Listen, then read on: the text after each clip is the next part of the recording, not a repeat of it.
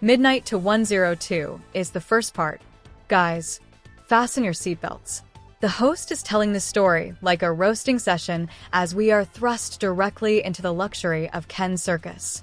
Though it's more meme content than actual law enforcement, Lon Call is mocked as the new sheriff. Although the comedy is witty, there seems to be a build-up to something more significant. This is a playground for satire, and that much is obvious. The tone is established, and you are immediately drawn in by the sarcasm. At the same time, the characters feel completely natural and overdone. You're witnessing a hybrid of a documentary and a satire. You lean in during this type of introduction because you know turmoil is on the horizon. Beneath the humor and the curtains just coming up, the tension is simmering. Process it, correct? Yeah. Okay. And are both copies or? I would like to stamp both copies, yes. She's going to keep one stamping, you have one stamped and we'll retain it, please. Thank you. Get a conform copy, they're both the same. Oh, No, they're separate documents. But they're both the same, they're separate. Separate documents. We have copies of the originals, so we're just giving you copies for your. okay, so if I make a copy of the first page and stamp it, will that be okay? That'd be Great. Perfect. On both documents. First Yes, and ma'am. both All right, documents. no problem, thank you. So we have evidence of service. So notice the principals, notice the agent. Notice the agent is notice the principal. Oh, you can't talk about You know it. you're personally liable. You gotta go slow. You'll be served next week or next time. Once you guys are Everyone sure and you standing have here to is put on personally notice of liable. what's going on, then you need to make a hard decision. You have to make a hard decision. You know, my dad was a deputy sheriff, and it ruined our family. The police academy is a 6-month training program. It's an MK Ultra extension program, and you guys are taught to not ask questions and to just follow orders, and that's not okay. We can't have that kind of world anymore. So, You have guns turned on its own. The Constitution. Yeah, it just got served. What's the next step? So we just served those papers. What was the next step here? Yeah, so that's one of three. So step one is notifying them of their personal liability, and every single person in this room is personally liable because they are currently protecting a foreign insurgency. You guys might not realize this, but this is a foreign invasion. This is treason, okay? Whoever's paying your paycheck right now is a foreign corporation. They are not our government. They're masquerading as government. So every single person here will be served in the next meeting, okay? I want you guys to know this because I don't want anyone to get in trouble. I don't want anyone. We veer off course into a MyHeritage sponsor spot just when you're starting to get used to the ridiculousness.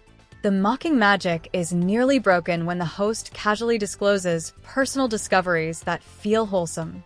It's a lull before the storm, a momentary respite where you drop your guard. The tempo slows, the tone softens, and the stories get more intimate. But that's precisely why it's effective. It's the prelude to the inevitable punchline. The sovereign citizen's exam joke suddenly starts, making them wonder if they can even count to 10. As you realize that this isn't a feel-good story, the sarcasm increases. It's a brilliant bait and tone swap. You'll know the gloves are coming off at the conclusion of this minute. They're all working for a corporation. Every person here whose guns pointed against we the people is an act of foreign insurrection. Because none of these people have ever signed an oath of office to us. They are not legitimate. And if you guys want to look at the people who sent here today, we went ahead and we did a forensics report on all the people that are currently signing oaths of office. They've never signed an oath of office to us. They've signed an oath of office to a foreign corporation. Okay, so this is an act of war. We have people coming over our borders. We are not safe here. They are not putting out a public broadcast to notify everyone of the dangers of the vaccines. We have informed them of all this information now, so now they can write their action. We're walking in sacred ground. Yes, because that's very important. Do you know why you take an oath of office? Then we're not here to answer any questions. We're just here to preserve the peace. Well, you work We're putting you on notice. you work for the sheriff's department, right? Do you know what the position of sheriff is? We know it well, ma'am. Well, could you answer that question? I'm not here to answer any questions. I'm either Well, recommend that if peace. you took an We're here to oath, preserve the peace, and that's it. right? So, if you took an oath of office, is because you took that oath of office to a constitution, and the reason the constitution was put in place is to protect the people's rights. Okay, that's a contract with the people. That you will protect the people from any foreign or domestic enemies. Okay, that's why you took the oath of office, which is so critical. It's a sacred document which makes America a very special country. I come originally from a different country. Okay, I experienced communism. And it's very important for you to know that when you take that oath of office, that I swear, right, who you are swearing to, that you are actually swearing to the people, not some politicians, okay, that are using you Or the banks. to actually The banks. violate the people's rights.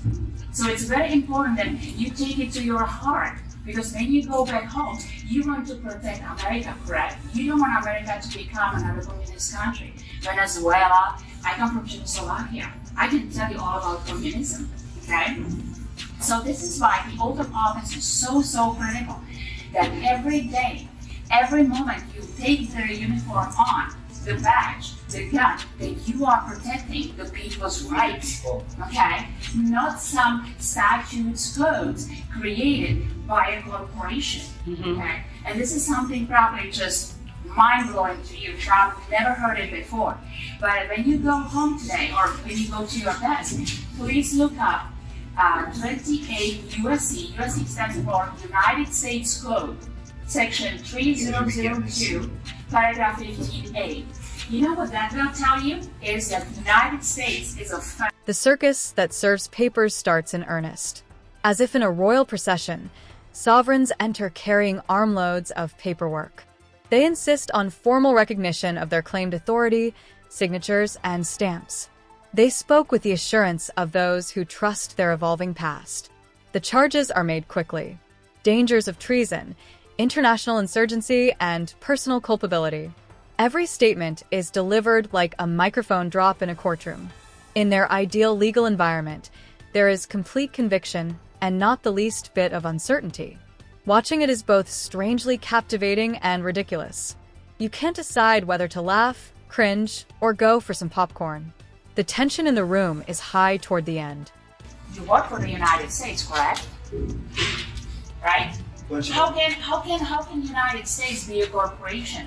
And then when you do further study, you will find out that this United States is located in District of Columbia through UCC Article 9307.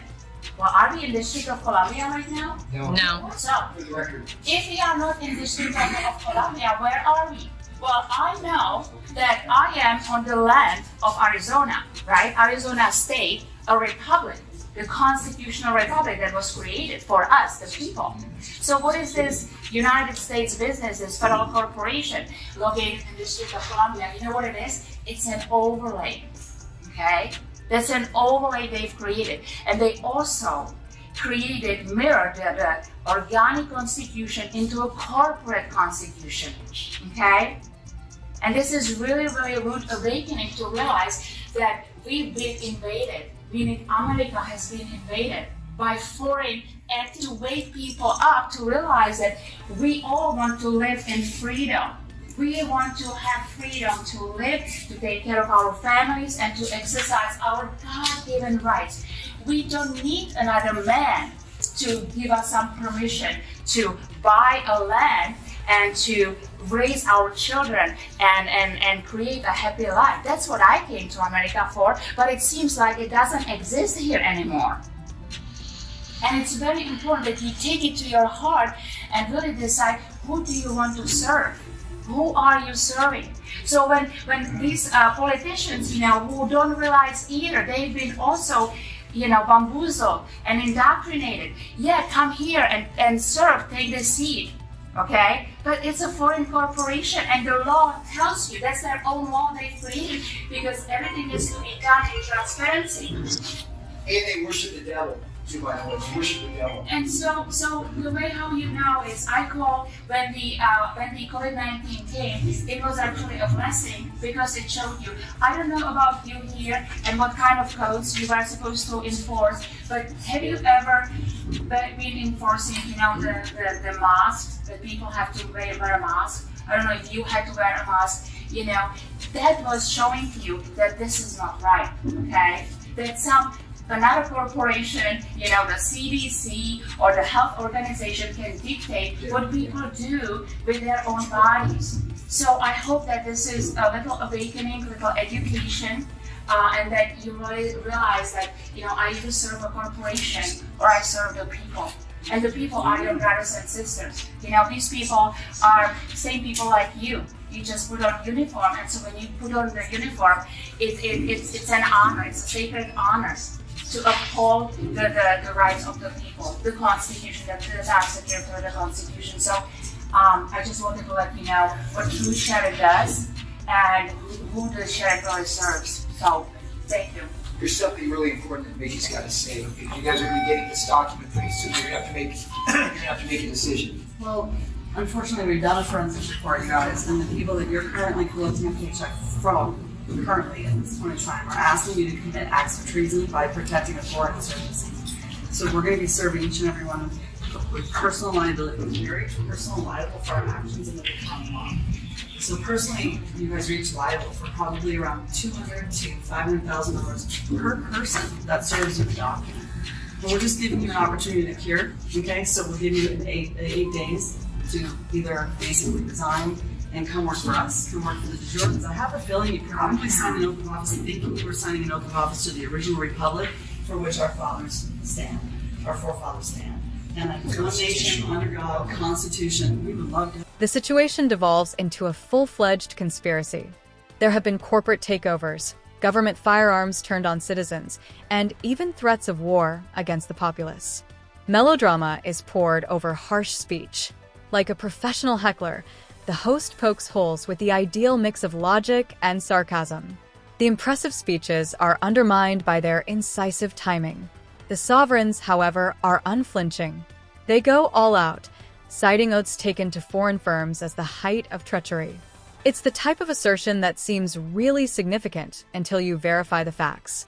That phrase, which sets up their next outrageous argument, hangs in the air as the drama comes to a close. Value of your gold and silver that you're We can check the spot price right now online. It's very easy. It's in between $25 and $35 right now. Real money. Real money. Real money. That's what we deal in. They call it a crack note for a reason. Go ahead. Well, so what I think is important to note is that just about every county right now is trying to steal your land. Not just trying, and they usually do it through tacit, non-consensual agreements. So when you signed or you registered to vote here, when you signed a marriage certificate, when you signed your children into the hospital, when you signed their birth certificate, when you signed your driver's license, all of these things are scams to not only steal everything that you own, your entire estate, your children, and your land.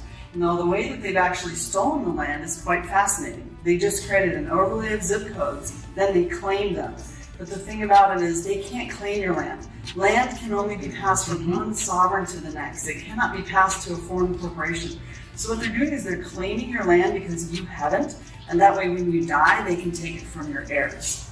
So that's why we need to get a little smarter about operating in the private, setting up our own private trusts, and claiming our land. It's like far and away. All you need is a bunch of little, white flags and some posts so you can get your meets and bounds, and then you can claim your land, and therefore you can then pass it on to your heirs. So one of the things we're doing immediately for operational restoration is we're setting up a PMA, a social compact, where we're providing refuge for people that want to come back and get their land back from the county. We're talking 4.5 million people in Maricopa County, of which they have every single person, this Maricopa County Assessor's Office. Which no one's here working. No one's even here working. They've already stolen your land, and they're just banking on the fact that you're going to die and not going to have If I may, the way how it's done. So you have a land. You have a physical land that can be only described in physical meets and bounds.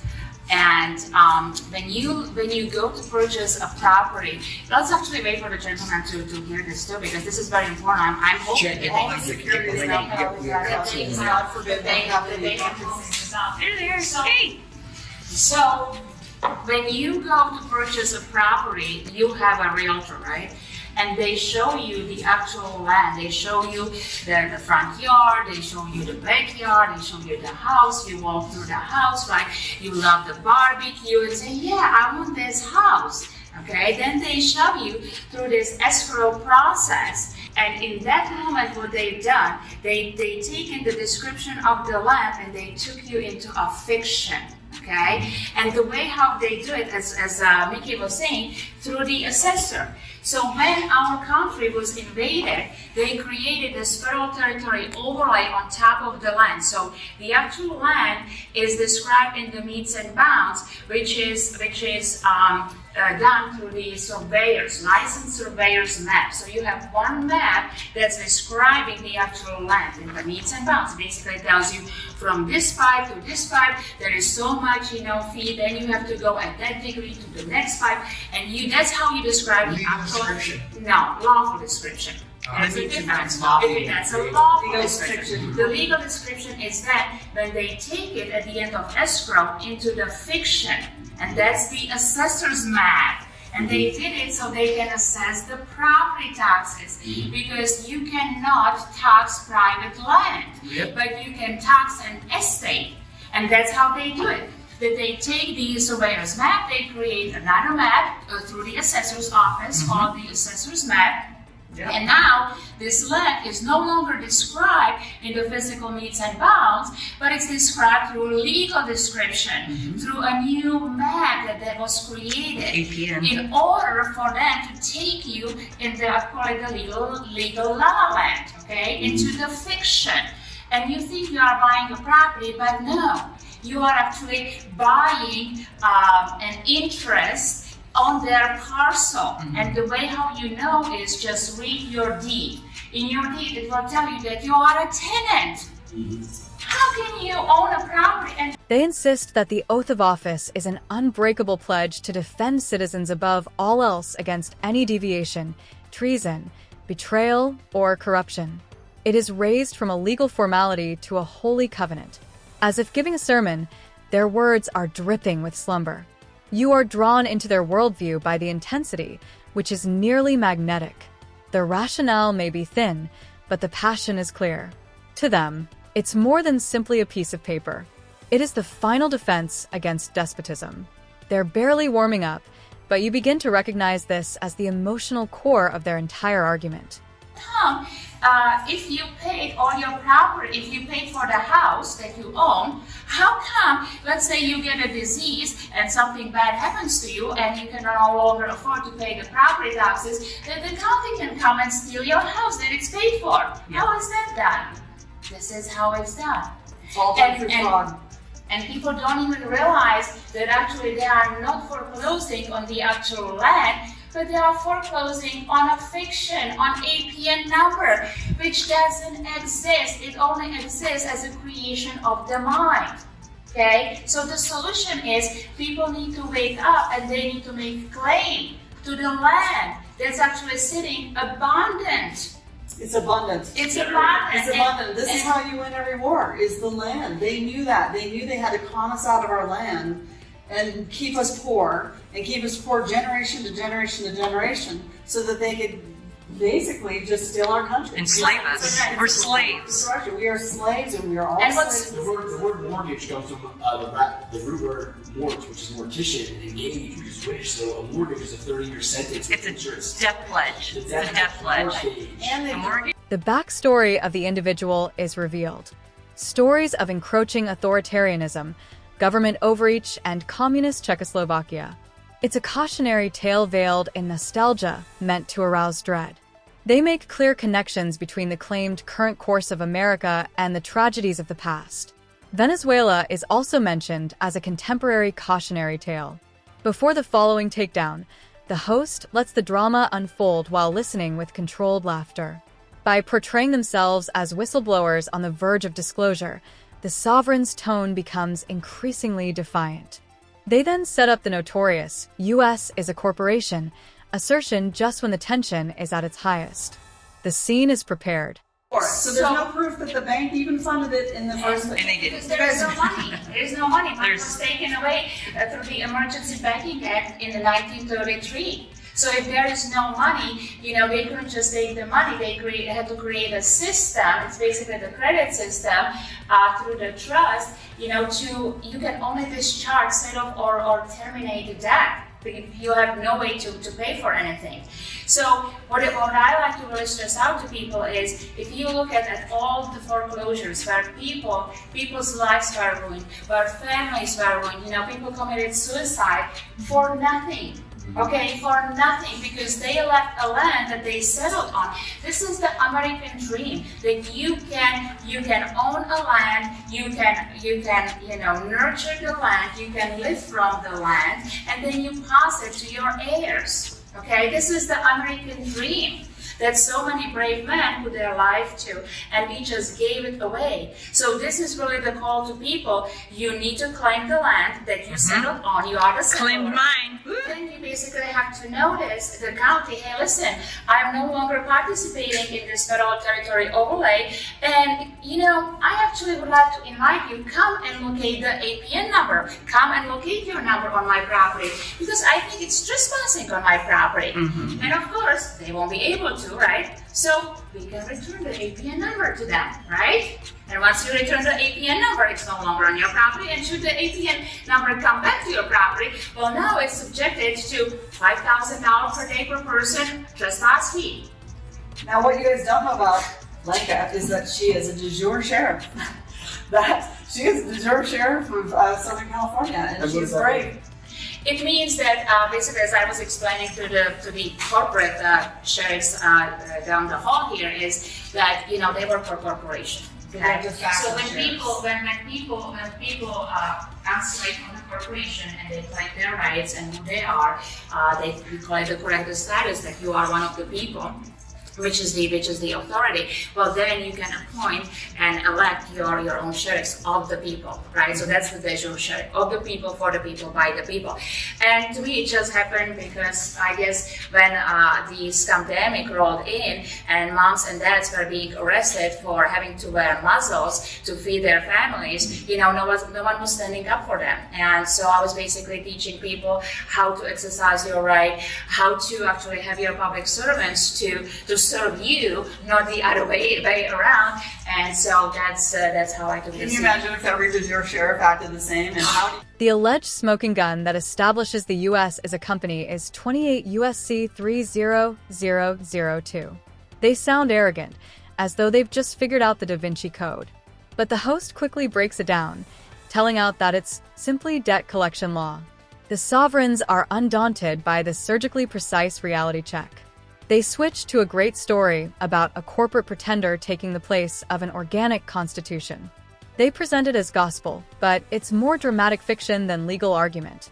people have to stop putting loyalty and or authority to anyone who hasn't signed an oath of office to us. When you sign an oath of office to us and you're working for us, it is night and day. It's night and day. And I can actually show anyone my oath of office, that's legitimate, and it's an honor to have it, and I'm just here to serve. I don't get paid. So this is all volunteering because I love freedom and I love America, and that's what I do. Is that We don't have freedom. We don't have California Republic, that's correct. Yeah, California Republic, which once again, all these seats are sitting vacant, okay? And people just have to populate these offices, turn the light on, and start self-governing. So let's simplify that. You have two governments. You have a de facto and de jure. The de jure will never fail because it's set up by the forefathers, okay? De jure is a republic. It will never fail for lack of a trustee. We just have to seed it. Guys, stop watching the fake, phony, false, fake news, fake government, fake everything, and start watching the real stuff. This is the real news. This is what real de jure sheriffs do. Okay? Yes. They work for us. On top of that, I have the land patent for almost all of Maricopa County, as in we pulled the patent, and now everyone can follow the procedure to simply claim your land and pass it down to your heirs. Yes. So this really is the start of a new. We're out with the old guard and in with the new. Now, about time. Yeah, thanks you guys. Thank you so much. By the way, PN, assessor's parcel number. Yeah, assessor's parcel fiction, which is fiction. It's not Chip's parcel number, it's not Lincoln's parcel number, it's their parcel number. So crazy. Empty.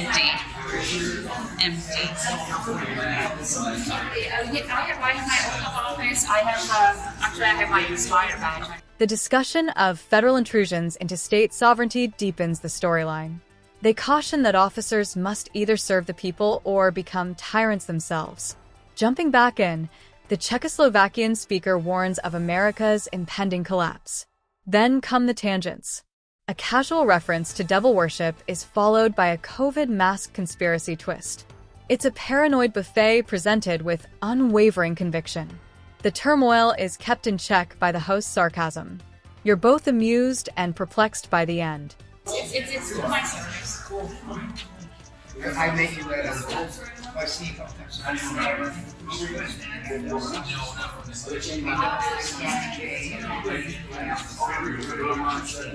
It's so funny we accidentally came out on this floor. I know it was such a great office to see there's nobody in there.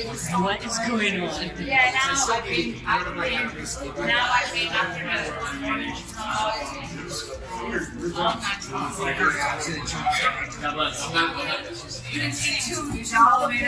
Can you guys go on another Go on elevators so they don't get stuck this time. These guys want to go for their families. We have too much weight. One more. One more. We're just gonna do 2 elevators. One down, one story. Oh, right. See you guys down. We're down one more story. Is it Like a hammer, the ultimatum strikes. Resign immediately or risk personal liabilities of $500,000. They say it as if it were a set of inflexible laws. The twist. As if it were a novel idea, they propose to pay policemen with silver coins. The host jumps in by contrasting that fantasy with the salary of a deputy in real life. The sovereigns are unfazed by the harsh and humorous contrast. Their genuine money offer is a game share they are positive. The scenario is a mix of confrontation and comedy.